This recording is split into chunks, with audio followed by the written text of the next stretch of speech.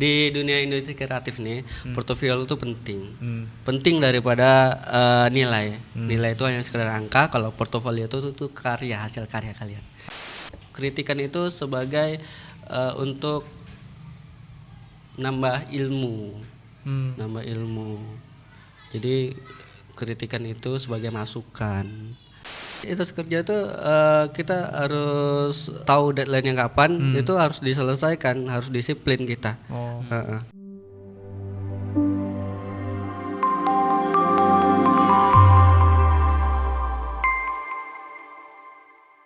Assalamualaikum warahmatullahi wabarakatuh. Halo Sobat Nuja, selamat datang di podcast Nurul Jadid, cerdas berintegritas. Dengan saya, Angga Dwi Tama, dan rekan saya, Fadil Muhammad akan menemani teman-teman dalam beberapa waktu ke depan. Di era digital saat ini, jurusan DKV semakin banyak diminati karena perannya yang besar dalam menyampaikan informasi secara visual. DKV tidak hanya tentang menggambar atau desain yang indah, tetapi juga tentang bagaimana pesan dapat dipahami secara efektif oleh masyarakat. Oleh karena itu, kami mendatangkan seorang narasumber yang akan membahas mengenai isu ini. Tanpa lama-lama lagi, kita sambut saja orangnya, Bapak Sarifudin. Oke, perkenalkan nama Bapak Sarifudin. Bapak guru jurusan DKV di SMK Nurul Jadid.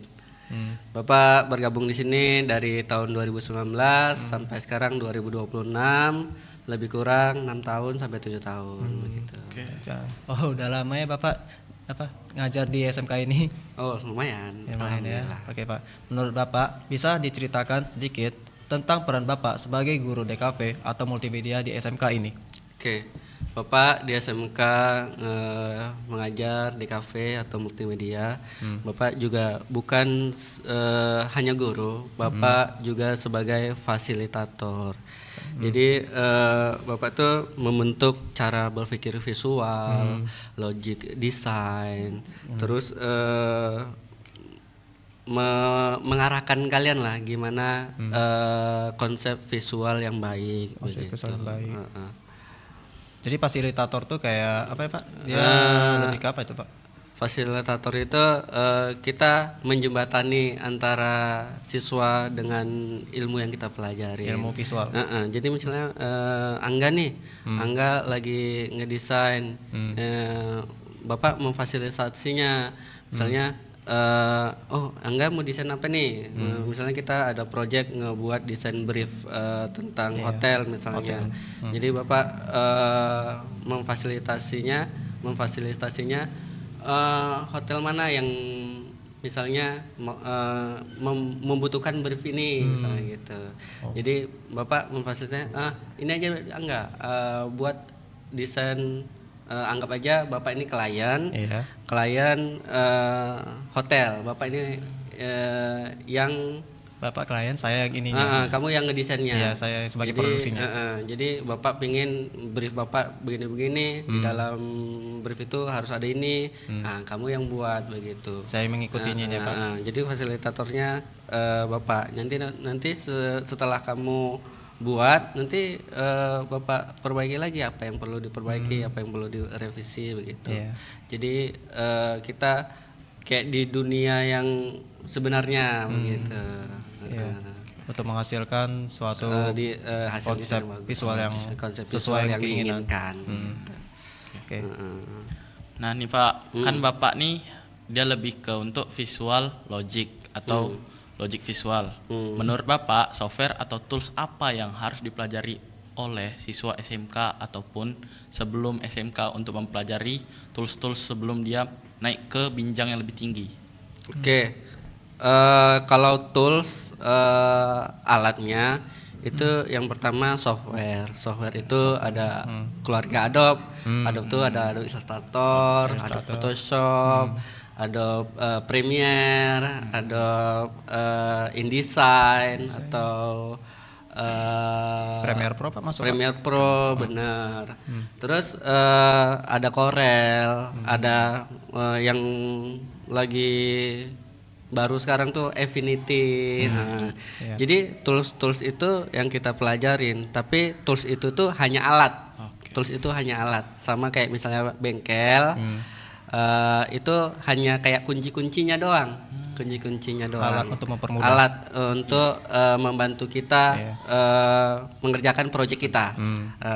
Tapi yang perlu itu skill dasarnya itu di kayak konsep dasar desain apa. Terus komposisi, warna, tipografi, itu yang menjadi dasar kita. Kalau tools itu nanti kalau misalnya kita dasarnya udah dapat, tools itu nanti ngikutin aja. Maksudnya kita nggak berpatokan sama tools. Tools itu nanti seiring berjalan waktu kita pelajarin lama-lama itu akan biasa kita kerjakan. Jadi nanti kita jadi nguasain begitu. Jadi kayak toolsnya itu mengikuti sesuai kemampuan kita. Kalau yang penting konsep dasar kita itu ngedesain itu apa begitu. Kita tahu layoutnya seperti ini. Warnanya seperti ini, nggak tabrakan warnanya. Terus nanti ini bakalan dicetak sekian meter atau sekian untuk poster, untuk poster digital atau dicetak gitu, itu harus kita tahu, paham. Kalau misalnya dicetak kita menggunakan pewarnaan CMYK, tahu kan CMYK kan? Ya, tahu, Pak. CMYK itu pewarnaan di printer. Kalau misalnya RGB itu pewarnaan di digital, di monitor. Jadi kalau misalnya Pak ini desainnya buat apa? Desainnya mau diposting di Instagram. Jadi kita pemilihannya RGB, red, green, blue untuk pewarnaan di monitor begitu. Jadi kalau misalnya kita udah dapat dasarnya, toolsnya itu nanti ikut aja. Mau kalian mau pakai Corel Draw, mau kalian pakai Adobe Illustrator, kalau kalian mau pakai Affinity misalnya, itu ngikut aja nanti itu. Terserah kalian. Nanti anak-anak nyamannya di mana? Mau pakai Adobe Illustrator nyaman, mau pakai Corel nyaman, tapi kita ajarin dasar-dasarnya. Nanti kalian nyamannya dipakai apa? Itu lanjutkan. Nanti kalian bakalan dapat shortcutnya sendiri. Oke, setelah membahas ini nih Pak, software atau tools yang paling penting. Sekarang menurut Bapak, apa makna kreativitas digital bagi siswa SMK saat ini? Kreativitas itu mana ya? Membangun kreativitas itu sangat penting di dunia industri kreatif. Kita ini kan di industri kreatif nih. Di industri kreatif kita harus membangun kreativitas. Kreativitas itu bisa ya dengan ide-ide kita. Kreativitas itu dengan ide-ide yang ada itu kita gali terus kita jangan amati tiru ATM. Kalau bisa amati tiru modifikasi dari situ nanti kreativitas itu bakalan muncul. Memang kalau misalnya belum bisa boleh ditiru, kalau untuk belajar boleh ditiru. Misalnya pakai font apa bisa kita tiru. Nanti kalau misalnya kreativitas kita udah mulai buat font sendiri, kita bisa buat font sendiri, kita belajar kan buat logo sendiri. Mungkin kalau untuk belajar kita ngikutin logo orang, gimana caranya buat ini ya, logo ini gimana ya, kayak mockup warnanya apa gitu. Terus gimana letak ininya, layoutnya gitu, mungkin boleh niru kalau belajar. Tapi dengan niru itu nanti kan kebangun kreativitas. Udah penuh nih memori kalian di kepala tuh untuk bagusnya ini diletak di sini. Bagusnya ini kayaknya besarnya segini. Kayaknya pakai font yang ini bagus nih gitu. Jadi kreativitas tuh nanti dibangun pelan-pelan. Memang kadang anak-anak tuh kreativitasnya beda-beda. Ada yang kreatif kali gitu. Tapi harus diarahkan juga kreativitasnya itu. Sama teknis. Kreativitas dan teknis itu harus berjalan seiringan begitu. Berjalan seiring waktu, Pak. Kalau teknis itu bisa seiring waktu nanti. Tapi kalau kreativitas itu dibangun setiap hari. Makanya Bapak sering-sering bilang ke kalian anak-anak DKV ini, sering-sering kalian ngedesain, sering-sering kalian buat video, sering-sering kalian buat pokoknya apa yang menunjang keilmuan kalian ini. Nanti dengan seringnya kalian ngebuat logo, sering kalian ngebuat poster, sering kalian ngebuat brief, sering kalian ngebuat video, kalian nanti tuh lama-lama oh ini bagusnya seperti ini. Oh kalau misalnya membuat video ini harus seperti ini. Oh kalau misalnya angle seperti ini tuh lebih bagus kalau misalnya seperti ini begitu. Jadi kreativitasnya itu nanti muncul terus begitu. Oke. Oke. Nah, ini kan Bapak lagi bahas kreativitas. Nah, kita kan mau nentuin konsep desain nih. Menurut Bapak, sesuaiin konsep desain sama poster itu harus cari komposisi yang bagaimana dulu? Komposisi sih itu tergantung dari pesanan klien ya. Pesanan konsumen. Ya konsumennya butuhin apa begitu. Jadi nanti dari yang dibutuhkan itu misalnya tadi kan atau poster apa ya? Misalnya poster tentang makanan, misalnya restoran, restoran. Jadi dari restoran itu kita pahami dulu restoran itu identik apa. Misalnya pedas misalnya. Pedas itu identik dengan warna apa misalnya. Nah, misalnya identik dengan warna merah, domain merah. Itu untuk mempsikologikan biar dia oh ini makanan pedas begitu. Tertarik begitu. Terus nanti kalian tanya juga lagi, Pak, Bu, makanannya ada apa aja misalnya. Oh, makanannya ini ayam geprek gini misalnya gitu. Ada level-levelnya begitu. Jadi nanti kalian minta foto atau bisa kalian fotokan produknya gitu. Misalnya produk makanannya baru nanti kita tampilkan. Oh kita nggak cuma ayam geprek aja, kita nyediain ini. Jadi dari yang ada tadi kita bisa memvisualkan di dalam kepala kita. Oh nanti makannya letak di sini. Oh nanti minumnya letak di sini. Oh makanannya ada ini aja. Oh nanti kita udah membayangin tuh layoutnya seperti apa gitu. Lengkungannya kayak ini. Ya baru nanti ya udah baru kalian eksekusi baru nanti kalian cocokin aja. Ini elemennya. Elemen-elemennya mau pakai apa. Terus tipografinya mau bagaimana gitu. Jadi makanya pentingnya kita belajar dasar tentang desain, tentang layout, tentang warna tuh sering banget Bapak tuh bilang ke kalian anak-anak di kafe ini sering tabrakan warna. Jadi kadang warnanya tuh nggak kebaca, backgroundnya gelap misalnya gitu kan, tulisannya gelap gitu, jadi nggak kebaca gitu. Jadi Bapak sering kritisi itu tuh anak-anak tuh. Kadang kayak paling sering kalau kan kita menetapkan prinsip Pak, kalau di mindset saya Pak, warna terang berarti tipografinya atau ininya gelap. Kalau warnanya gelap berarti fontnya atau ininya itu terang. Saya sering bilang gitu. Iya, karena kalau misalnya sama-sama terang nggak kebaca. Iya, nggak kebaca. Ada kok desain yang pernah saya lihat kayak anak-anak mau anak SMK atau anak pun SMA itu rata-rata mereka tuh masih kurangnya dalam pemilihan warna atau kombinasi warna. Itu tuh penting tuh, makanya kita belajar warna kan, kalau ada warna. Color teorinya harus dipahami. Iya, psikologinya juga. Psikologinya ada juga. Maknanya juga itu. Iya, psikologis warna, maknanya. Oke, setelah kita masuk ke komposisi ini tadi, nah seberapa penting pemahaman konsep desain dibanding kemampuan mengoperasikan software? Itu tadi yang Bapak bilang tadi. Konsep itu yang penting. Kalau kemampuan softwarenya itu nanti kalau kalian belajar dasarnya aja, Bapak ajarin dasar Adobe Illustrator.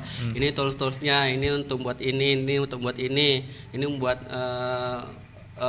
untuk ngeblendnya, untuk misalnya untuk masukin gambarnya. Kalian kan dapat dasarnya tuh, dapat dasar-dasar softwarenya. Nanti kalau misalnya kalian agak ngulik dikit itu software, nanti lama-lama kalian bakalan paham sendiri, ngerti sendiri. Sama kayak kalian megang HP dulu kan nggak tahu kan. Iya. Kalian tuh ngulik-ngulik di HP tuh ini untuk apa ya, ini untuk apa. Nanti kalian tuh jadi paham sendiri. Jadi konsep nanti kalau misalnya konsep kalian udah ada, udah kalian sketsakan di kertas gitu kan, udah kalian sketsakan di kertas, kalian nanti akan oh ini caranya seperti ini, oh caranya seperti ini, gitu. Nanti bakalan ngikut sendiri kalau teknis itu. Yang penting kita ngenalin dasarnya aja. Kalian nyamannya di mana? Misalnya Corel, nyaman di Corel, ya udah kalian bapak ajarin dasarnya. Nanti lama-lama kalian bakalan ngulik sendiri itu. Oh shortcut untuk Power Clip ini. Oh shortcut untuk misalnya buat teks seperti ini gitu. Nanti kalian bakalan jago sendiri. Lama kalian megang Corel, jago kalian nanti. Jadi kayak gitu. Yang penting konsepnya dulu. Yang penting konsep tadi, konsep dasarnya. Tidak layoutnya oke, warnanya oke, terus tipografinya nggak sembarangan. Itu nanti bakalan oke sendiri kalian. Terserah. Kan klien kan nggak mau tahu kalian pakai apa. Kan? Iya kan? Iya. Kalian mau pakai Corel terserah dia. Yang penting dia dapat hasilnya bagus. Yang penting ada penghasilannya. Bukan penghasilan. Dia dapat hasil briefnya tadi itu udah bagus. Kita nggak peduli kalian mau pakai Adobe Illustrator ya kan, pakai Adobe Photoshop, nggak peduli. Yang penting kalian dapat yang yang penting klien tuh dapat hasil yang oke, yang bagus, yang menarik, yang sesuai dengan apa yang dia inginkan begitu. Menurut Bapak nih kan ada tantangan terbesar nih saat Bapak pasti jadi siswa SMK DKV atau multimedia. Nah, itu tantangan terbesarnya apa ya? Tantangan terbesarnya itulah yang pertama Bapak tuh sering nasihatin ke anak-anak tuh sering berlatih. Konsepnya udah Bapak ajarkan lewat teori, terus udah kita latihan juga. Kebanyakan anak-anak DKV ini latihannya cuma di sekolah doang. Jadi skillnya tuh nggak nambah-nambah begitu, kreativitasnya itu aja. Jadi harus terus latihan di rumah, latihan. Nanti waktu luang latihan. Jadi ilmu itu bakalan terasa terus, skill kalian. Oke nih kalau misalnya dibuat seperti ini. Apa yang misalnya terbaru, misalnya kayak baru yang akan datang nih misalnya Ramadan akan datang nih. Kalian ngedesain apa yang dibutuhkan di Ramadan. Walaupun nggak diminta sama klien, kalian buat aja. Misalnya buat ucapan selamat menunaikan ibadah puasa. Kalian desain, kalian buat. Walaupun kalian cuma nampilkan mungkin di story kalian, gitu kan. Oke. Terus apa yang dibutuhkan lagi di bulan Ramadan nih? Imsakiyah Ramadan ini buat lo nih. Kalian mau buat imsakiyah yang harian kah atau yang imsakiyah yang memang udah 1 bulan? Jadi anak di kafe itu seharusnya lebih kreatif. Jadi misalnya Bapak nih berteman sama Angga, buka jam berapa ya hari ini?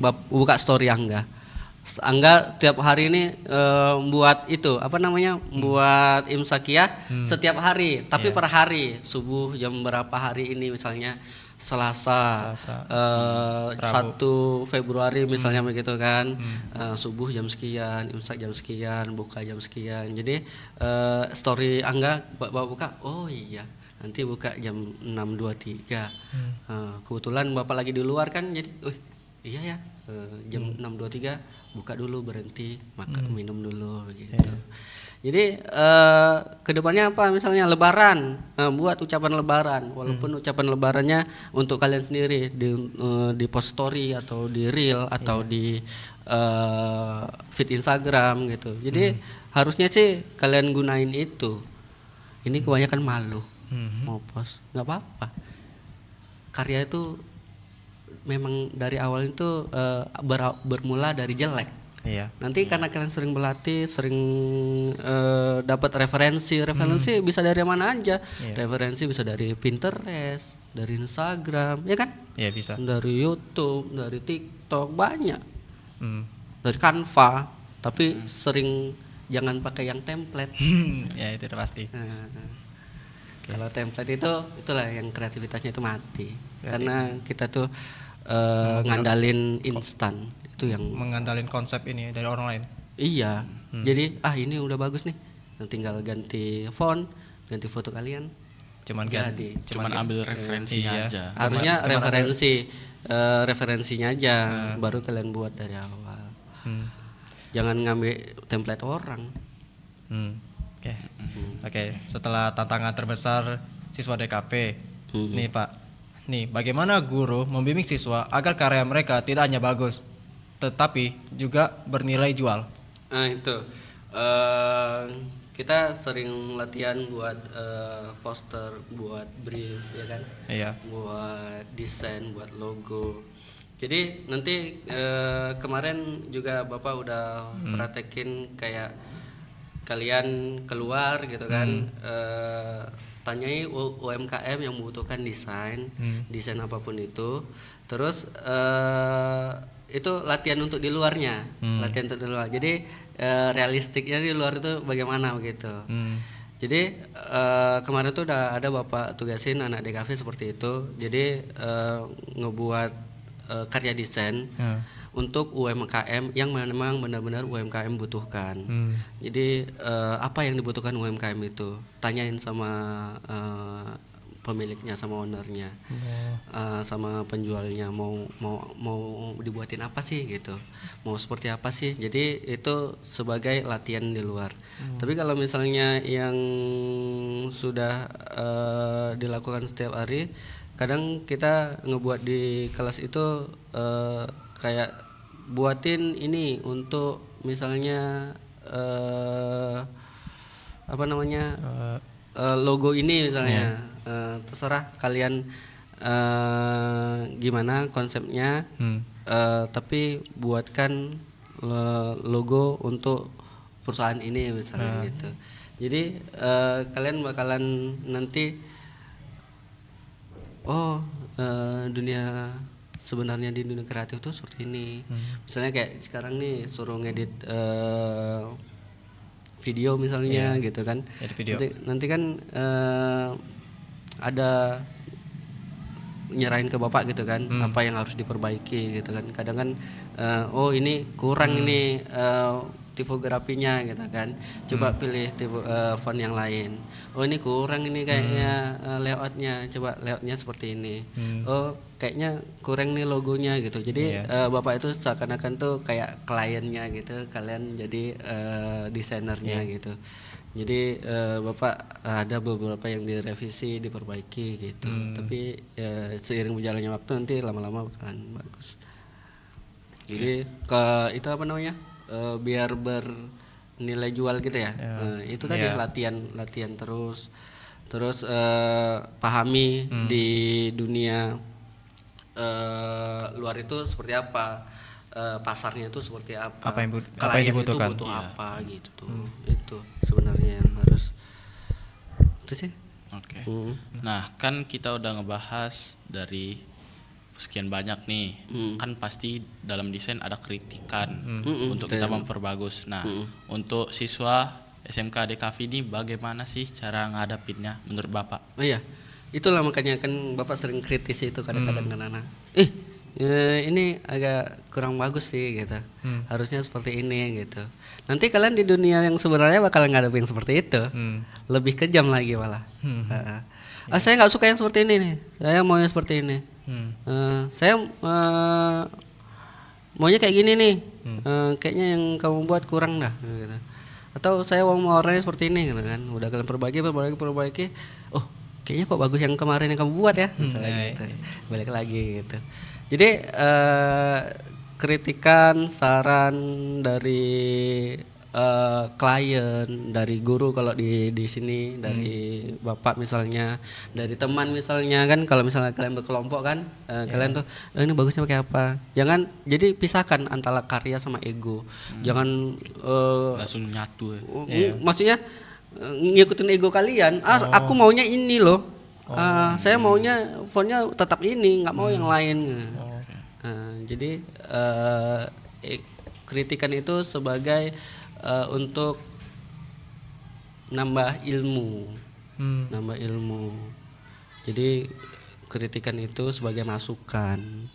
Jadi jangan ego aja yang kita turutin. Ada masukan teman nggak kita terima gitu. Itu kurang bagus.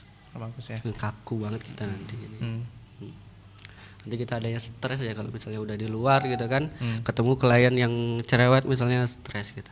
Iya. Ikutin aja dulu. Oke. Cuman kalau misalnya memang sarannya kurang ya kita kasih masukan, Bu. Iya. Mohon maaf ini kalau misalnya fontnya warna ini, backgroundnya warna ini kayaknya nggak kebaca nanti. Jadi bagusnya ini ya, Bu ya. Nah, kita kasih masukan juga. Karena kan kadang klien nggak paham dasar. Iya. Kita yang paham dasar kita kasih masukan juga begitu. Oke. Tapi kalau kepada orang yang udah berpengalaman gitu, ya kita terima karena itu masukan bagi kita. Oke. Setelah ini nih cara menghadapi kritik dan revisi yang sering terjadi di dunia industri. Nah, peluang karir apa saja yang bisa ditempuh lulusan TKP atau multimedia saat ini? Oh banyak. Kita tuh di dunia kreatif ya. Dunia kreatif itu bisa freelance. Kalau misalnya kerja bisa di bagian kreatif, misalnya desain grafis, ilustrator, bisa jadi apa namanya konten kreator kalau kalian pede, kalian oke kan, konten kreator. Terus kalau freelance juga oke kalau misalnya kalian punya portofolio yang kuat gitu kan, punya karya yang bagus gitu, freelance juga oke. Jadi kalian kerja nggak terikat, kerja nggak harus ke kantor, kalian kerja bisa di rumah begitu. Atau kalian bisa buka production house sendiri atau tempat usaha sendiri, itu lebih bagus, berwirausaha. Oke. Nah, kan pasti ada desain ini kita ngelakuin kesalahan. Biasanya apa sih yang sering dilakukan siswa saat membuat desain? Jadinya dia salah terus gitu. Yang salah terus ya kayak tadi tuh, yang kayak misalnya layoutnya berantakan, pesannya nggak tersampaikan, terus warnanya itu tabrakan gitu. Itu yang sering, makanya itu yang kita latih terus gitu. Kita kasih nasihat karena ini bagusnya ini loh, nah ini warnanya seperti ini loh, fontnya harus terbaca seperti ini loh. Kalau misalnya kecil kayak ini nggak kebaca loh, bisa gitu. Oke. Setelah membahas ini, bagi kesalahan apa yang paling sering dilakukan siswa DKV? Nah, seberapa besar peran portofolio bagi siswa DKV atau multimedia dibandingkan nilai akademik? Di dunia industri kreatif nih, portofolio itu penting. Penting daripada nilai. Nilai itu hanya sekedar angka, kalau portofolio itu karya, hasil karya kalian. Hasil Karya kalian. Jadi kalau misalnya portofolio kalian kuat, nah itu bakalan oh ini bagus nih apanya karya si Angga nih. Bapak perlu jasa Angga nih kayaknya. Enggak bisa nggak bantuin Bapak buat ucapan selamat Lebaran nanti waktu Lebaran ya. Karena portofolio kalian bagus. Orang-orang rata itu mereka membangun portofolio di media sosialnya. Portofolio karya desain, portofolio videografi, fotografi, itu rata-rata di media sosial mereka bangunnya. Jadi orang kalau misalnya butuh jasa mereka ngubunginya di media sosialnya, di DM-nya atau di bawah foto profil itu disematin kontak person kalian. Gitu. Jadi orang bisnis. Masa bisnis. Jadi kalau misalnya ngubungin kalian lebih mudah. Oh ini nomornya, dihubungin. Halo, Bang Angga, bisa bantu saya fotokan priwet saya misalnya gitu. Gitu. Kalau misalnya fotografi yang bagus, portofolionya bagus. Oke. Nah, kan kita nih pasti di desain ada watermark. Tapi bagaimana nih? Misalnya kita lupa, kita salah gitu. Kita nggak naruh watermark. Jadinya reviewnya itu diambil sama klien atau konsumennya gitu. Ini makanya konsep tuh penting. Konsep tuh penting, dasarnya penting. Jadi kalau misalnya kita mau foto, mau video, mau karya desain, itu jangan kasih file mentah ke klien. Misalnya, kalau misalnya kalian fotografer, jangan kasih file mentah raw kalian ke klien. Metadatanya itu jangan kalian kasihkan ke klien. Kasihkan ke klien yang file yang memang udah jadi, yang kalian udah perbaiki, udah edit, kalian kirim ke klien. Metadata itu punya hak kalian. Nanti kalau misalnya foto kalian diakui sama orang, misalnya kalian dapat foto yang bagus, terus foto itu diakuin sama orang, kalian punya metadatanya. Ini foto saya, karya saya, ini metadata saya. Ini saya ambil jam sekian, tanggal sekian, ada semuanya datanya. Jadi itu penting. Kalau itu fotografi, videografi. Kalau misalnya karya desain, itu kalian punya, kalau misalnya di file mentahnya itu, kalau orang kan kalau misalnya misalnya nggak perlu watermark. Kalau misalnya itu diakuin sama orang, kita bisa nunjukin file mentahnya, saya bangun nih di Corel nih seperti ini, di Adobe Illustrator nih saya bangunnya seperti ini. Jadi orang tuh nggak bakalan bisa bantah. Kayak before dan afternya ya gitu. Iya, maksudnya kita punya karya dari mentahannya loh, dari mentahannya ada semua di sini. Kalau orang kan nggak tahu, ya kan dapat fotonya dari mana, dapat fontnya dari mana, saya semuanya ada nih. Nah, itu jadi kekuatan kita kalau misalnya karya kita diakuin sama orang gitu. Setelah kita ngebahas ini watermark atau hak cipta dari karya kita sendiri yang kita buat untuk klien. Nah, bagaimana guru mengenalkan standar kerja dan etos profesional sejak di bangku sekolah? Nih, etos kerja tuh penting tuh, makanya Bapak sering kali bilang ke kalian itu, misalnya kita di dunia kreatif nih, kita sering itu dapat job deadline. Misalnya saya butuh ini 3 hari yang akan datang atau seminggu akan datang, ya seminggu harus selesai. Deadline itu penting. Terus etos kerja di dunia kreatif ini jangan Lebih ke apa nih Pak kalau boleh tahu? Lebih ke apa nih Pak kalau etos kerja?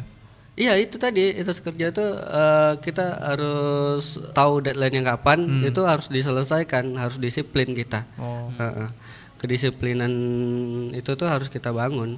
Misalnya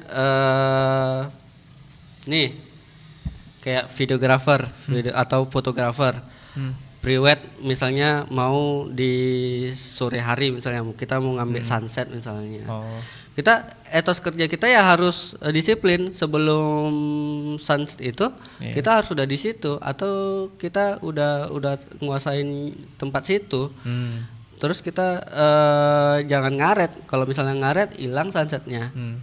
Jadi deadline, tepat waktu, terus nggak ngaret-ngaret, nggak, terus tidak membackup. Nah, ini sering nih kalau misalnya anak-anak Bapak yang tidak sering membackup file, mau itu foto, mau itu video, mau itu karya desain, itu di backup. Jadi kalau misalnya kejadian misalnya memori hilang atau komputer nge-crash atau gimana, itu ada backupnya begitu. Itu penting. Kalau misalnya proyek itu udah selesai, ya udah backupnya dihapus juga nggak apa-apa. Tapi kalau misalnya proyek itu masih jalan, kalau bisa di backup. Nah, itu yang penting perlu. Karena kadang-kadang dunia kreatif ini kita dapat klien yang cerewet atau yang gimana gitu ya. Ini apa yang ingin Bapak sampaikan, pesan dan motivasi yang ingin Bapak sampaikan ya kepada siswa yang misalnya kliennya dihadapin susah ataupun ada saingan yang di luar di dunia industri kreatif ini, Pak. Jadi di dunia kreatif ini memang harus dituntut kreativitas, Jadi jangan malas, teruslah berlatih. Kadang itulah yang Bapak bilang ke anak-anak tuh, kadang selain di sekolah latihan di rumah. Kita teori fotografi, cuman latihan fotografi di sekolah tanpa kalian ulik di rumah sama aja. Tanpa mendalami di rumah. Skillnya ya di situ-situ aja gitu. misalnya ada teori tentang buat brief atau teori tentang buat poster, buat baliho, buat spanduk. Kalau misalnya cuman di sekolah ya skillnya itu aja. Cuma makanya di rumah tuh tetap latihan, tetap berlatih karya desain yang terbaru kalian pelajarin, kalian ikutin. Tetap berpikir kreatif lah. Iya. Banyak yang di luar sana konten-konten kreator yang dia memberikan ilmu tentang fotografi, videografi, tentang kreativitas, tentang desain, tentang logo. Tuh kalau yang paling terbesar tuh kayak Rio Purba tuh konten kreator tentang logo, desain itu bagus tuh diikutin. Jadi nambah wawasan kita, nambah kreativitas. Jadi jangan belajarnya cuma di sekolah, belajarnya di luar juga tuh harus.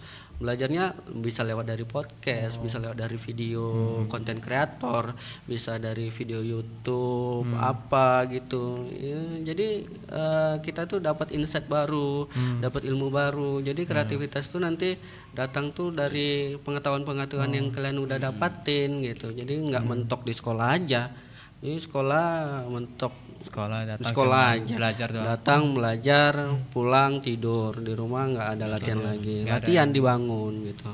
Kalau misalnya libur gitu kan, bawa HP coba moto sunrise misalnya, moto makro misalnya gimana, kan HP sekarang udah mensupport itu, foto-foto makro, foto kupu-kupu kah, foto semut kah.